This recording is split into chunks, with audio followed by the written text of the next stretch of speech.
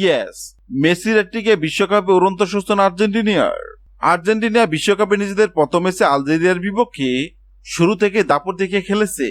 ম্যাচের শুরু থেকে শেষ পর্যন্ত বল দখল, আক্রমণ এবং খেলার গতি সব দিকে আধিপত্য বিস্তার করেছে আর্জেন্টিনা। বর্তমান শিরোপাধারীরা পরিকল্পিত ও আক্রমণাত্মক ফুটবল খেলে প্রতিপক্ষকে বারবার চাপে রেখেছে। আর্জেন্টিনার আধিপত্য বিস্তারের মূল নায়ক ছিলেন অধিনায়ক লিওনেল মেসি। তার অসাধারণ রেকর্ডময় হ্যাটট্রিকের উপর ভর করে আর্জেন্টিনা পুরো ম্যাচে নিয়ন্ত্রণ রাখে।